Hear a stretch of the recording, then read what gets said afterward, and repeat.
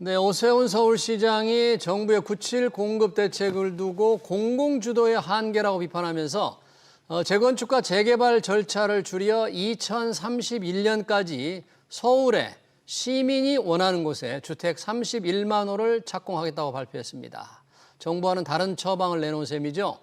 서울 집값이 무섭게 오르고 있는 지금 공급 대책이 나온다는 것 자체는 반길 일이지만 그 속 내용을 좀 잘 들여다봐야 할 것 같습니다. 고준석 연세대 경영전문대학원 상남경영 교수 모시고 얘기 들어보겠습니다. 교수님 어서 오세요. 네, 안녕하세요. 자, 정부 공급 대책 나왔는데 오세훈 서울시장도 대책을 내놓았네요. 정부가 네, 뭐 공공 주도다 이렇게 해서 되겠느냐, 규제 일변도로 안 된다 그러면서 본인의 상징이죠. 신통기획, 신속통합기획 네. 2.0. 네. 31만 호 2031년까지 대단한 구상 같습니다. 어떻게 보십니까? 네, 31만 호면은요. 네. 어느 정도 규모냐면은 여의도가 한 100만 평 가까이 되거든요. 예. 여의도의 5배가 분당인데요. 예. 분당에 약 10만 가구입니다. 그러니까 분당과 같은 그런 양의 주택을 예. 2031년까지 31만 호를 착공을 하겠다는데 예. 이게 정비 사업을 통해서 이제 그렇게 진행을 해야 되는데 주로 재건축을 통해서. 네, 이게 되면은 좋은데 예. 되기가 그렇게 쉽지는 않을 것 같습니다.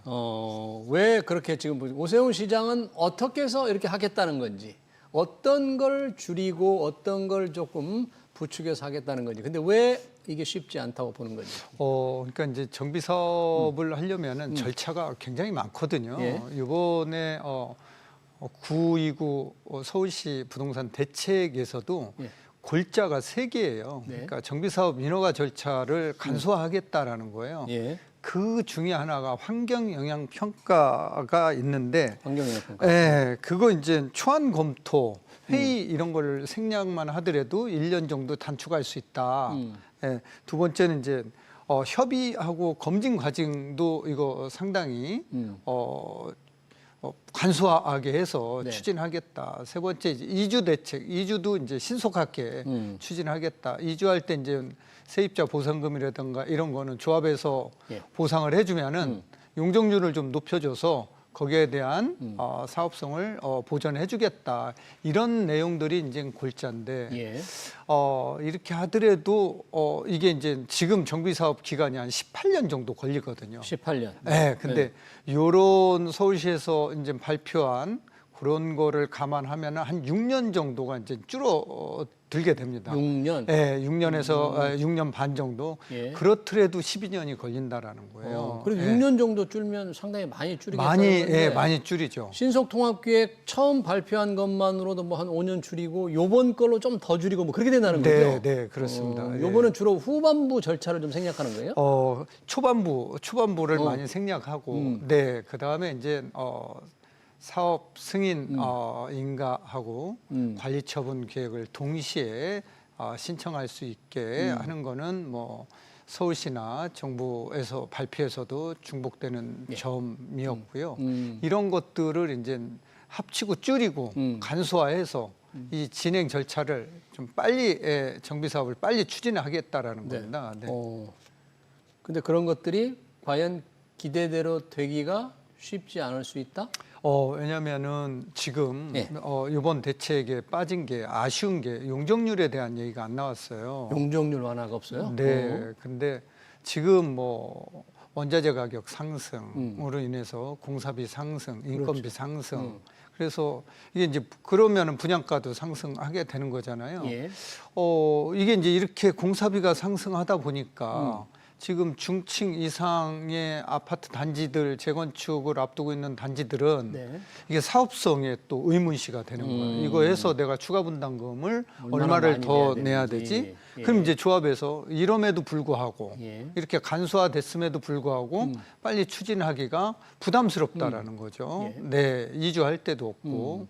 그래서 용적률을 조금 높여주고, 높여주는 만큼 예. 공공기여를 조금 회수해서 예. 공급은 좀 더 늘리고 진행도 좀 빨리 하고 사업성도 좀 맞춰주는 식으로 이렇게 가야 되는데 네. 이게 용적률에 대해서는 얘기가 좀 쏙 빠져 있습니다. 왜 그렇죠? 용적률 완화를 좀 해서 뭔가 속도를 좀 더 사업성을 높여 속도를 더 내는 게 일반적으로 필요하다 싶지만 이게 조금 무슨 좀 부작용이라든지 문제가 있다고 좀 보는 거겠네요, 서울시는. 이게 이제 재산권에 문제가 있는 네. 거거든요. 네. 옆단지를 올려주면 그 옆단지도 올려줘야 되고, 네, 다 올려줘야 되거든요. 네. 다 고층으로 이제 가야 되고, 그래서 아무튼 뭐 서울시에서도 그런 고민은 많이 있는 것 같습니다. 그래서 뭐 지난번에 이거 발표되기 전에 일주일 전에 노원구 복합 정비 사업 계획을 이제 발표한 바가 있는데 노원구. 네. 근데 그 무슨 내용이냐면은 역 주변 반경 250m 이내에는 180m 높이 예.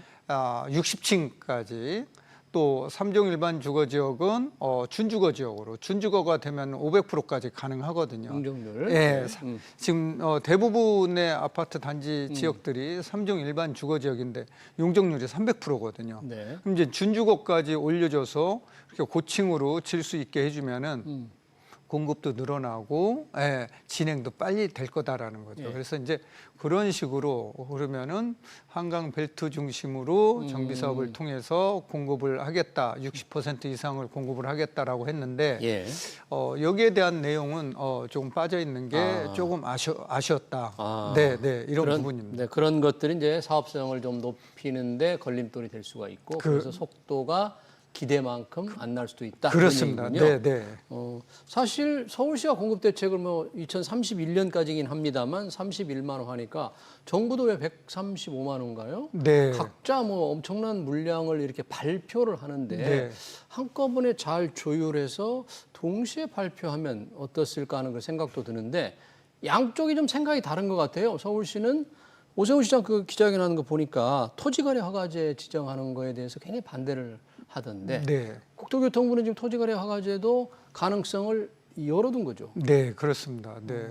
그래서 뭐 국토교통부 장관이 앞으로는 토지 지역을 지정할 수 있도록 아마 그렇게 이제 법 개정을 통해서 그 자책을 이관을 받아가지 않을까 이런 뭐 예상이 되고요. 그러면은 좀 더 시장 상황 움직임에 유연하게 빨리빨리 대처할 수 있다 이런 이제 장점은 있는데 뭐 이게 우리가 자치제를 하는 이유는 그런 권한들은 이제 하부임에서 시장한테 권한을 많이 줘서 운영하게 하는 거잖아요. 네. 근데 역행할 수도 있는 부분이라 뭐 생각은 됩니다.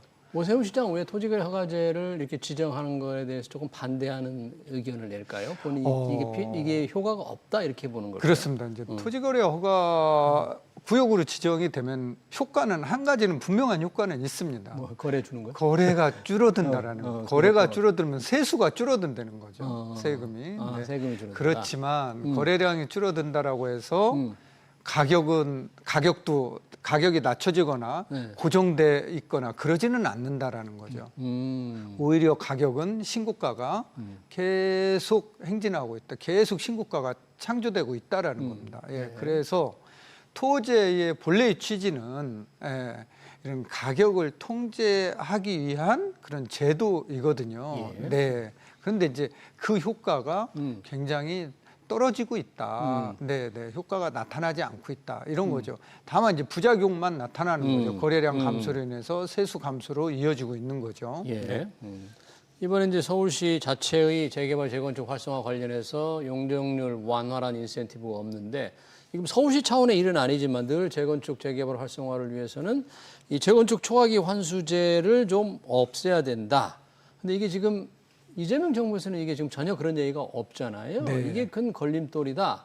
근데 뭔가 좀 바뀔 가능성, 중앙정부나 국회에서 이걸 바꿀 가능성, 폐지할 가능성이 좀 그렇게 많아 보이지는 않는데요. 이거는 이제 재건축 초과이익 환수는 이게 서울시장 권한이 아니라 재건축 초과이익 환수에 관한 법률에 규정돼 있는 법이거든요. 그래서 이거를 이제 폐지하지 않으면은 이게 이제 없어지지 않는데 지금 뭐 정부 여당에서는 여기에 대해서 논의하거나 그런 거는 없는 걸로 알고 있습니다 현재. 여당에서도 별로 이런 데 적극적이지 않은 거죠. 네, 그렇습니다. 그러면 이 속도를 내기가 어려운 이유도 바로 이런 게 있는 거죠. 그렇죠. 이제 정비 사업을 하는 데 있어서 이런 재건축 부담금, 분양가 상한제 이런 것들이 이제 걸림돌이 되고 있거든요. 예. 그래서 이런 것들은 좀 걷어내 줘야지만 공급에 탄력이 붙어서 정비 사업 추진하는 데 도움이 되고 뭐 중장기적으로 공급이 된다라고 하면은 가격 안정에 많은 도움이 되겠죠. 그런데 이런 것들이 이제 걸림돌로 남아 있으면은 이 허들을 넘어야 되니까 못 넘는 조합들은 이게 이제 정비 사업을 중지하거나 뭐 추진 자체를 못 하는 거거든요. 그러네요. 지금 이 공급 대책이 정부가 내놓은 뒤에 서울시도 재건축 재개발, 서울 이제 주요 지역의 재건축 재개발 활성화 차원에 나왔고 국방부도 지금 가세를 함께 동참을 했더라고요. 비행 안전구역 이걸 조금 완화하거나 뭐 해제하는 문제 이런 문제도 있고 이제 국방부가 이제 군사 보호 시설 같은 걸 생각해서 이런 것들을 좀 규제를 해왔잖아요. 네, 그렇습니다. 이번에 이걸 해제 완화하게 되면 상당히 혜택을 받는 지역이 꽤 많다는데 어떤 곳들이 가장 혜택을 받게 될까요? 강남 송파 지역이 가장 많지 않을까. 뭐 강남을 송파? 네. 강남, 송파, 뭐 용인 이런 지역이 많은데 강남은 뭐 자곡동, 유련동, 뭐 이런 지역, 거여마천, 뭐 이런 지역, 성남 비행장 근처 주변 이런 지역들이 아마 성남. 네. 뭐 용인도 좀 이제 해제가 됐고요.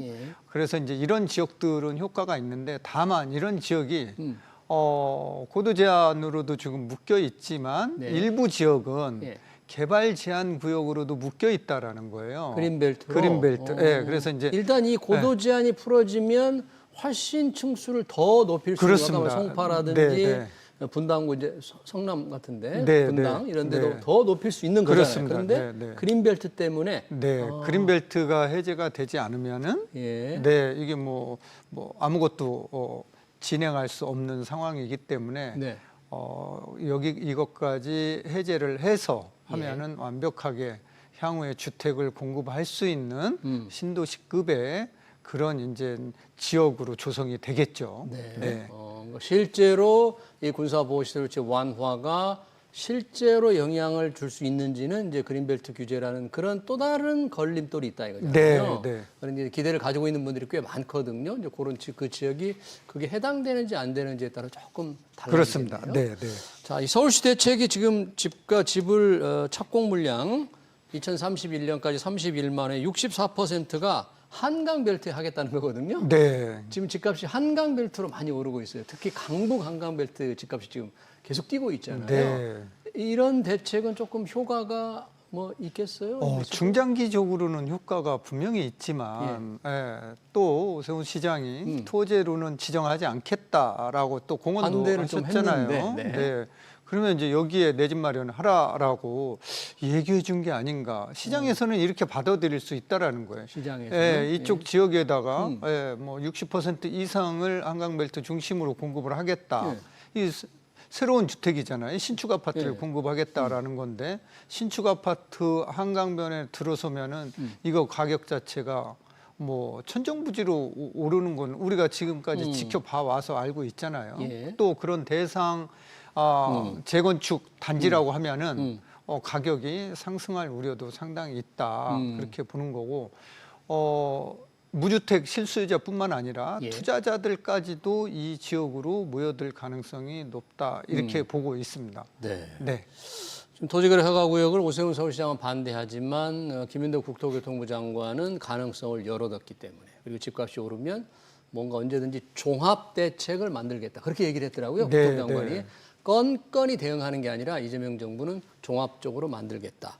그러니까 지금 집값 오름세가 멈추지 않고 있어요. 강북 한강벨트 중심으로. 그러면 중앙정부, 국토교통부 차원에서는 어떤 대책을 내놓을까요? 뭐 추석 이후에 뭐 대책이 나올 것 같다 이런 전망들이 좀 있거든요. 뭐 아무래도 대출을 더 규제하거나. 대출 규제. 지금 뭐 6억까지 규제를 하고 있지만 이주택자는 뭐 대출을 아예 받을 수 없습니다. 대출을 좀 더 이제 한도를 축소를 하든가. 여기에 더해서 서울 한강벨트 중심으로 토지거래 허가구역으로 지정을 하든가 아니면 서울 전 지역 또는 좀 더 강력하다라고 하면은 서울 접경 지역 광명이라든가 과천이라든가 하남이라든가 분당이라든가 이런 지역까지도 토호제 지역으로 묶어 놓는다라고 하면은 투기 세력은 못 들어가거든요. 그러니까 바꿔 얘기하면은 전세 끼고 투자하지는 못한다라는 거죠. 그래서 실수요자만 거래를 해라라고 이렇게 이제 규제할 수 있을 것으로 이제 예상은 됩니다. 그래요. 토호제는 사전에 뭔가 여러 가지 규제 조치를 거쳐서 될 텐데 또 오세훈 시장이 지자체에서는 조금 반대를 하니까 바로 토호제로 갈 수 있을지는 좀 궁금하네요. 네, 그렇습니다. 현재의 권한은 이제 지자체에서 가지고 있습니다. 네, 그러니까 어떻게 될지. 뭐 세금 문제는 이재명 정부에서 세금으로 집값을 잡겠다고 하지 않았지만 김인덕 장관은 보유세는 좀 개인적으로 강화하는 게 뭐 필요하다 이렇게 얘기를 했더라고요. 네. 근데 이제 뭐 양도세를 높이면은 시장에서는 이 양도세가 매도 가격에 포함돼서 가격이 올라가는 이런 부작용이 나타날 수 있고요. 보유세를 올리면은 지금도 전월세 물량이 부족하고 가격이 올라가서 지금 뭐 무주택자들은 굉장히 힘들어하고 있거든요. 네.